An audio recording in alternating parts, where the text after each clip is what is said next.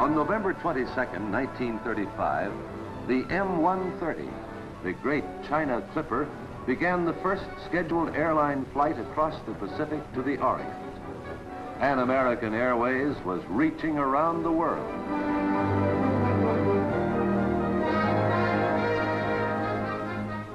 Soon the four-engined Boeing-built 307 went into operation with a special talent for long-range, high-altitude flying.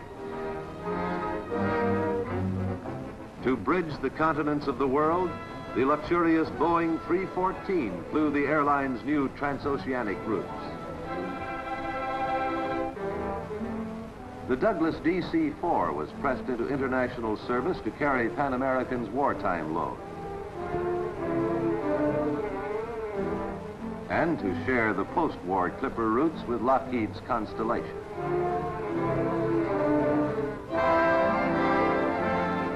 And now, this double-deck giant masterpiece takes on the family name, joining the great fleet of Pan American Clippers. Her own history shows how well she qualifies as a thoroughbred. That history began in Seattle, Washington, the home of the Boeing Airplane Company. Here, one day in 1944, Boeing's top flight engineers sat down with their opposite numbers from Pan American to talk about a new plane. Not just any plane. They wanted something special.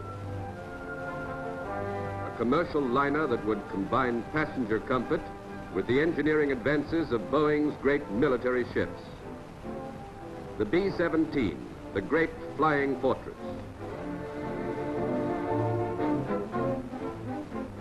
The B-29 Super Fortress. And later, the C-97 and the B-50, the first plane to fly non-stop around the world. These were to form the heritage of the plane they wanted.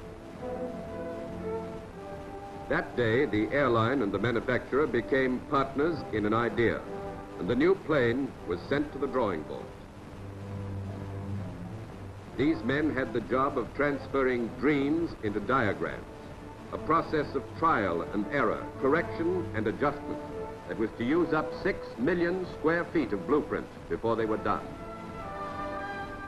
Finally, after a year's work, every specification had been thought out to the finest detail. The plane had been pinned down on paper, and the first stage was completed. They had a concrete aim now, and the job ahead was one of building and testing and building again. Before any big construction was started, a scale model of the new plane was set up in Boeing's wind tunnel to face the terrific velocity of man-made winds. Here, the future Clipper would receive a thorough checkup. Under flight condition stresses, her performance could be predicted. With figures taken from the complex instrument panel, her basic structure could be tested and revised until she was perfect. Fan on. We're going up to test speed.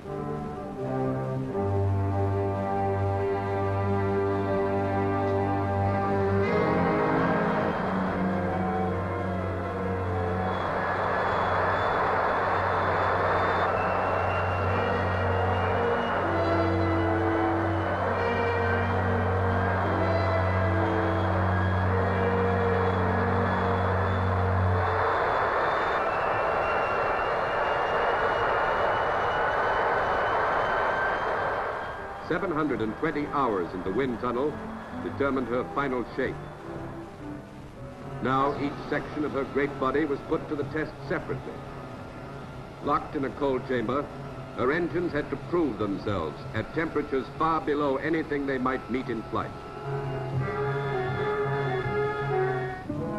Her wing sections withstood hundreds of hours of artificial stress and vibration. Before she ever took to the air, her landing gear brought her down thousands of times on this test platform until every single landing went without a hitch.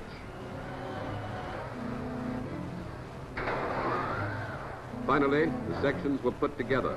The plane itself took shape, and in 1947, she was ready for her first test flight.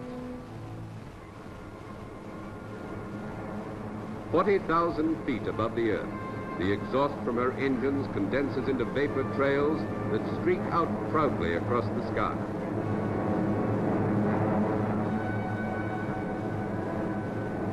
This flying laboratory carried 3 tons of precision equipment to measure every reaction, every vibration, every small change in speed and altitude, pressure and temperature.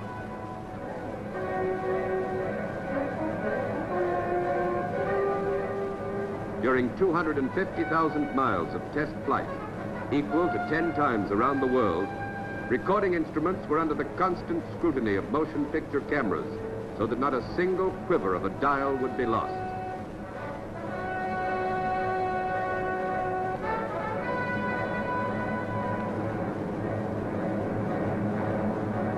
After 5 million hours of design, development, and testing, Boeing was ready to put the new Clipper into production.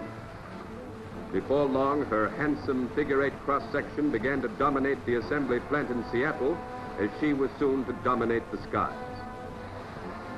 Here they were welding together a triumph of engineering and mechanics, and something more, a plane that would provide the ultimate in comfort and safety in passenger service. That combination stemmed from close, painstaking cooperation between the manufacturer and the airline, Boeing and Pan American.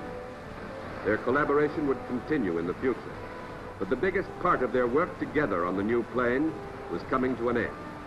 Now the double-decker was ready to carry passengers for Pan American World Airways, the first to order and the first to fly this great luxury liner of the air.